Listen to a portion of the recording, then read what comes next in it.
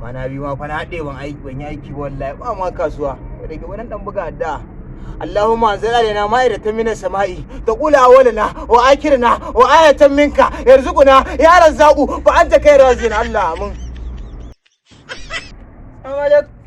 Assalamu alaikum barka gure. Na gaba ta malam. Aiki. Haka ne maka Allah. Barka da zuwa. Barka dai. Malamai baka da annaba. Gaskiya ne wannan, gaskiya ne. Gaskiya ne wannan. Daga tafi da ku ne haka na kun zo dinan ku ba ne ko yanayin garin ne. Wallahi amma dai bari abokin ya dai fara ma bayani. Ai malam yanda ka gan mu nan a matsa miki kuma a wuya miki.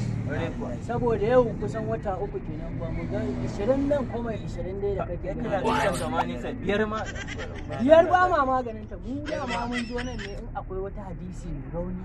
Tantacce wanda za a dan je zuwa mu dan je ni dan yi dauke-dauken can mu ma sai mu dan je mu dan taba ko ba ga gaskiya ne kuma kun kawo shawara kai ka ma kai ta da nisa abokina malam mun ko yaya kai in dai za ta hana sa ai sata mun ko yaya ne ko in dai mai rauni ne ma ni ma da akwai abin da nake so da ku dan kawo ni malam kuma za mu kawo kaucin kare za ku kawo kaucin kare za ku samu ba Allah gabata mallam ko 500,000 500 muna maka magana da naira 5 ma ban ina ga muku akwai hadisi ingantacce a kashin zaka ai mallam tsaya in ma ba ingantacce ba mai rauni muka kawo mana mai rauni kawai kawai yanzu da kun taya za ku je sata ku ce wallahi ta dai go abuwa ba wato da kama zai baza kayanka ka gane ai mutum yana kaucewa ku sace kawai wannan hadisi ne ko wannan kawai ka ba mu target ne